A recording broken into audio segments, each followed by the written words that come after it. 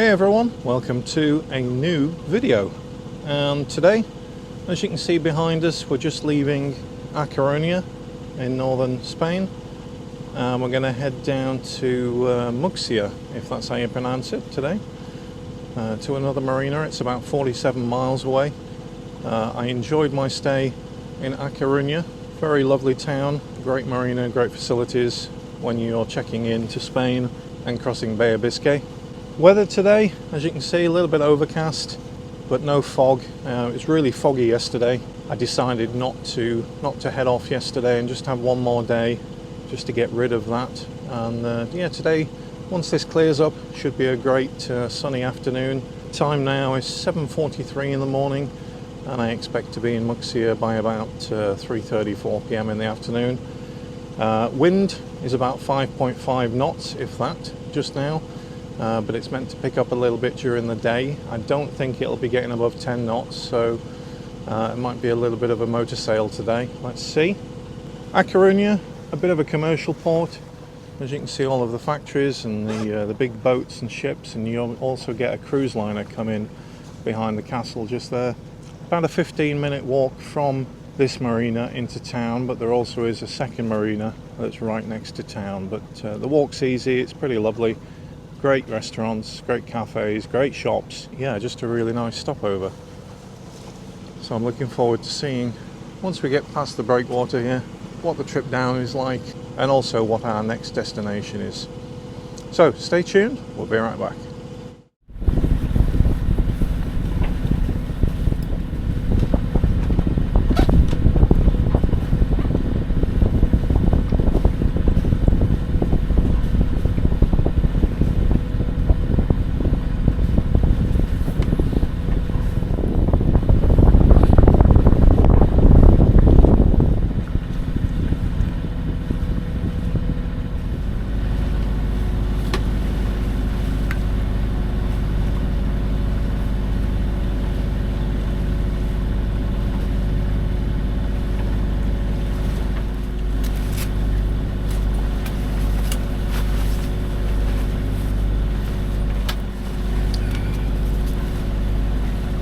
Bit warm.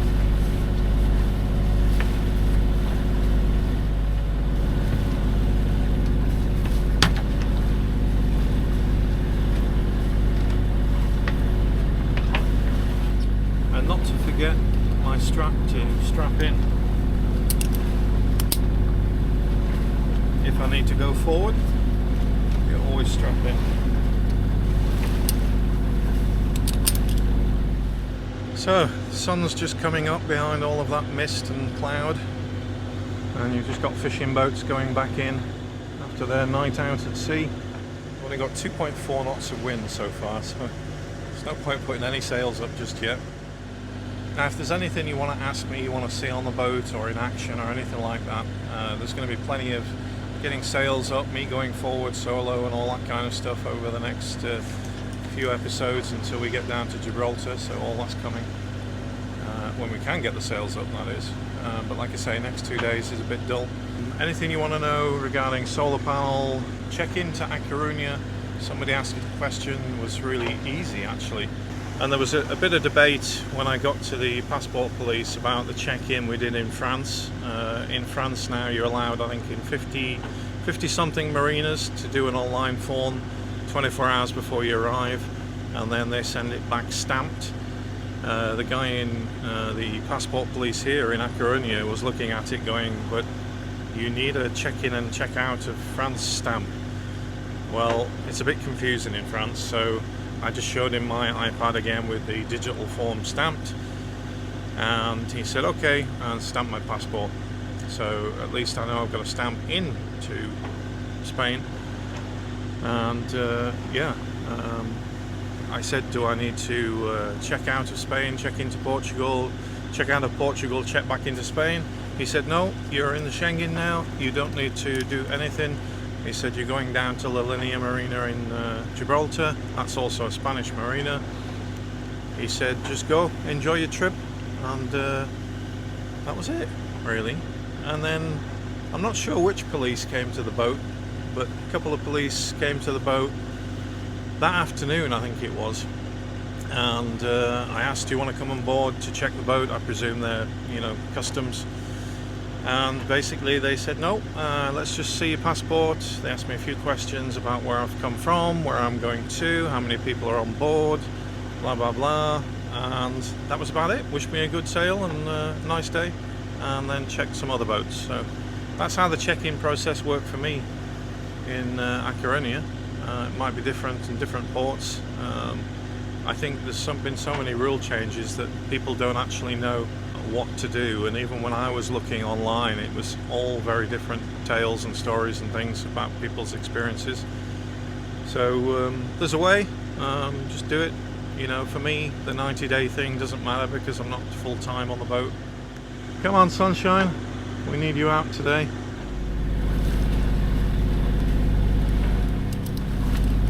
Always good to have a towel on board to keep it handy. Wipe the solar panel off in the morning, or any seating when the dew falls at night.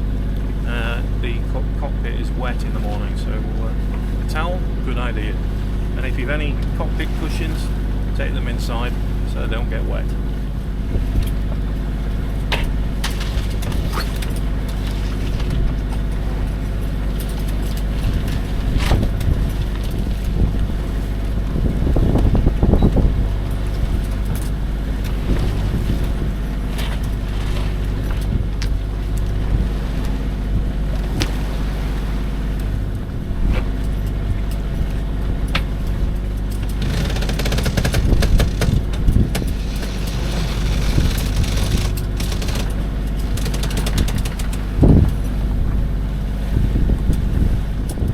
Get round the next headland, just really to get the wind in the right direction. But that's the main up.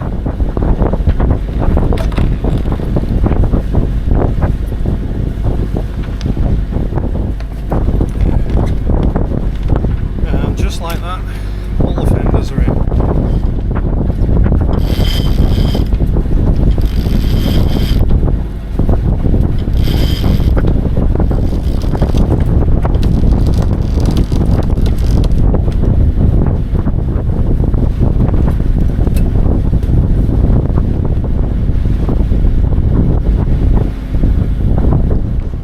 Yeah, the sun behind me is just sitting lovely, just lighting up the ocean. Absolutely beautiful. As you can see with the sea, it's flat calm today really. Just a little bit of swell, but and yeah, if any of you are wondering, obviously navigation and stuff, well, it's all done by my Raymarine instruments. You know, we've got our depth gauge here, my speed wheel that records the speed over water is not working. Now, any of you that know about those know that they can get crudded up underneath the boat and they stop working. I think mine's actually give up the ghost because sometimes it reads differently than what it actually is, so I may need to get that replaced soon, but it's not a be-all and end-all because I have speed over ground, which is shown here at 4.9 to 5 knots. I've got my apparent wind angle just here, apparent wind speed, which is 9.2 knots currently, and then here you can see our boat, and then here is the track in red. I'm not sure you can see that, and then the line is what we're actually on currently. So I need to be a little bit right. I'll just give it 2 degrees on the autopilot right, and that's it. Autopilot does 99% of the work. Yeah, the rest of the day is just watching out for lobster pots and just trimming sails. Well, I've seen my first orca.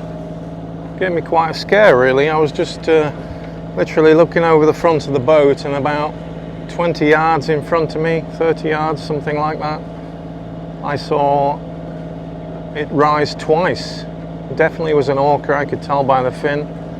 And yeah, I didn't manage to get the camera out, sorry guys. But yeah, I got the pinger. The pinger is just in the water now, being towed behind the boat. It's about 2 or 3 meters deep. And I put that out immediately. And yeah, I didn't see the orca rise behind me or anywhere else around currently. So I'm just keeping my eyes peeled. Got another sailboat just off to our left, our port side, which is just overtaken me actually. Been following me for a while. But yeah, I didn't expect to see an orca this far north just now. I know there was a couple of sightings and an interaction over in the Bay of Biscay, right in the far corner between France and Spain recently, but yeah, it looked like just one. There wasn't a pod of them, it was just a single orca. So yeah, keeping my eyes peeled. But yeah, the ping is in the water and I'll be using that every day from now on. Let's see, and we'll catch you in a bit. Now, while I might get some criticism sometimes, you've got to just understand that I am new to sailing, so some things work for me, maybe some things work better for others. Somebody might criticize me for leaving the fenders on the side here just clipped up, but that's my preferred method when solo sailing coastal anyway. It just means I can pop the fenders down both sides a little bit easier than untying them and tying them back on. The clips have worked well. I've only had a couple break in high seas really on the way down from the UK, but I've replaced those. But yeah, when conditions are like this, I just clip them on the side. A little update on the solar panel. This is the 130 watt solar panel.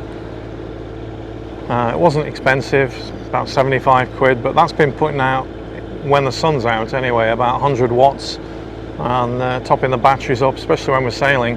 It's been really good. I've been really impressed with it. I use magnets just here to hold it on to the spray hood, and also I can put this on the bimini when we get to the med and it's hotter once that's out. And I've also got a cable, or a solar cable running up to the top of that as well, so I can move that once we're in the med. And I think on top of the bimini it'll be literally all of the time it'll be under sun.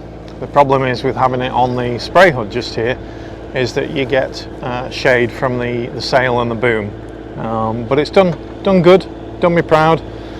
And then I don't know if you can see on the deck just there, I've got another solar panel which is a 55 watt one you can stand on. Actually, that's a pretty solid one. And that goes to the starter battery, and that does literally, even though it's under the boom, it does keep the battery topped up, which is good. So this one just goes to the house bank for all the bits and bobs, and that one goes to the battery for the engine. So yeah, I'm just following a sailboat through. You probably won't see it on camera just there. We'll follow him through. I just need to come right at the touch because there's some rocks on the entrance to there, just waves crashing over them I can see. So we'll just come about 3 degrees right and cruise through here. The wind still isn't playing ball. 8 knots apparent wind. Sails are still up, just catching the wind, but it's not really a day for shutting the engine off to try and keep above 5 knots really. So it's going to be a motor sail, and yeah, we just need the sun to come out. Okay, so we're just passing the last lighthouse before we turn into the bay, head across towards Muxia Marina for the evening. The sun's finally come out, all the clouds have cleared, and I'm just looking at a headland in front of me. This is the final headland. I'm coming round just here. Some windmills, turbines on the top, nice lighthouse, and then a nice peak just to come round. It's quite deep round there, so I am quite close in, but there's about 20 meters depth around the corner, so all good. You've got a few beaches over there, may not see, but I did drop the mainsail literally 5 minutes ago and I forgot. I should have put the camera on, and yeah, tomorrow I'll show you putting the sail up and taking the sail down. I've still got the Genoa out. I'm going to keep that open until we get about halfway across the bay before we get to the Marina. But other than that, it's been an uneventful day really. Not a lot of wind, motoring all the way. It's taken me about 8 hours to do 50 miles to this destination, and or nautical miles that is. But yeah, happy the sun's out to greet me when I get into Muxia Marina. Check out the marina, check in, check out, as in see the marina. And then have a look round Muxia and find somewhere for dinner tonight. Have a shower and a shave, because I forgot to have that this morning with being up early. And then tomorrow I'm going from Muxia down to Muros Marina, about another 8 hours. And there's a resident dolphin apparently lives out just outside the marina, and he comes in and sticks his face out the water at you and things. So if I can film him, I will. Not seeing any dolphins today, just that one whale that looked like an orca. But yeah, all good so far.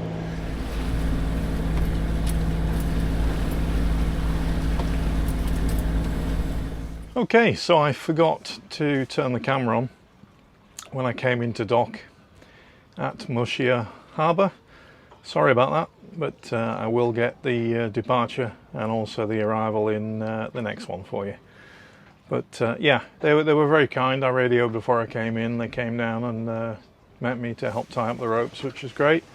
I've just had a shower, all freshened up, and yeah, the showers at Muxia, it's like being in your own bathroom at home. It's huge. It's not like a little cubicle.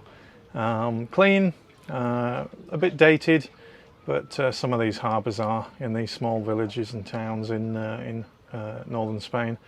So the harbour office is just under the petrol station there, so you can fill up jerry cans and all that kind of stuff.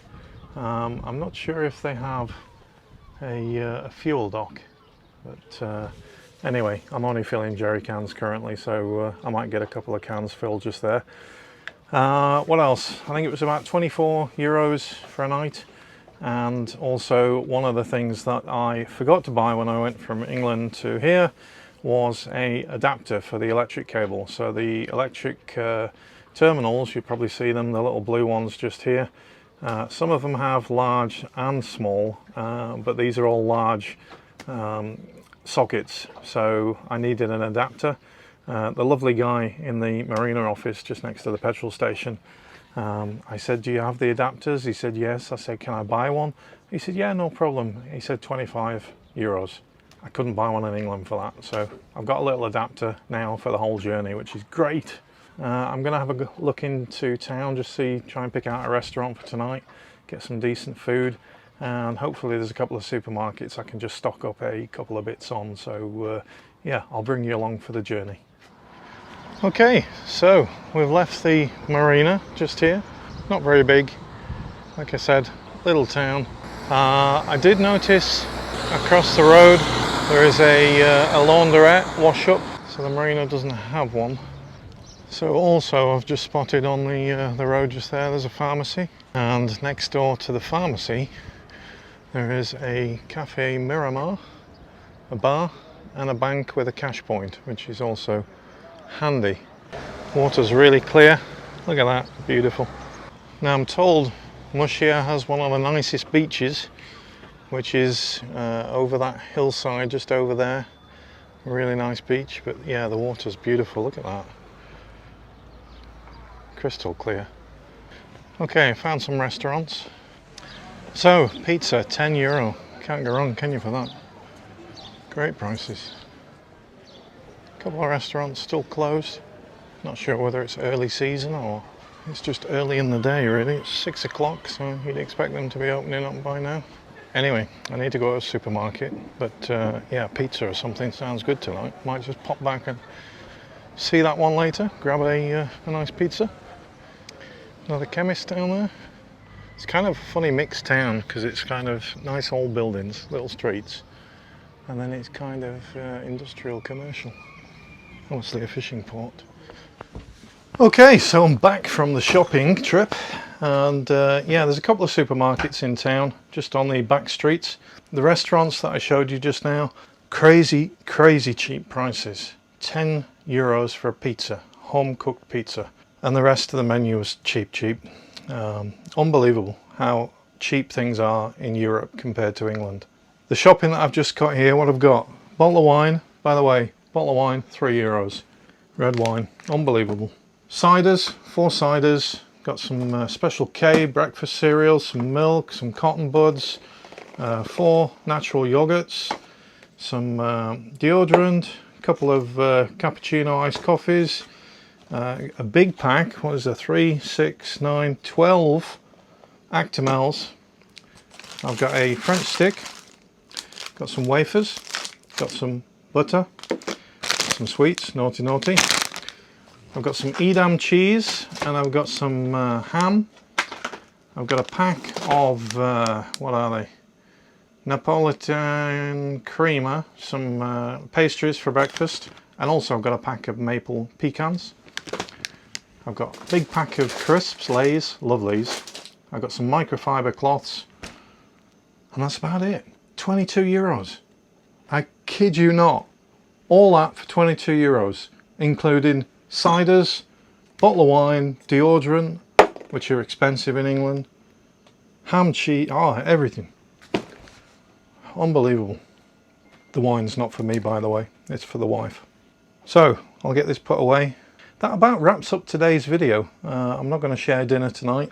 Yeah, I'm just going to chill out for a bit. It's 6:30 in the evening. Going to wait for a couple of hours and then go and have a spot of dinner. So yep, thanks for tuning in. If you're not a subscriber to the channel, don't forget to subscribe, and if you can give the video a big like. Thanks guys, ciao for now.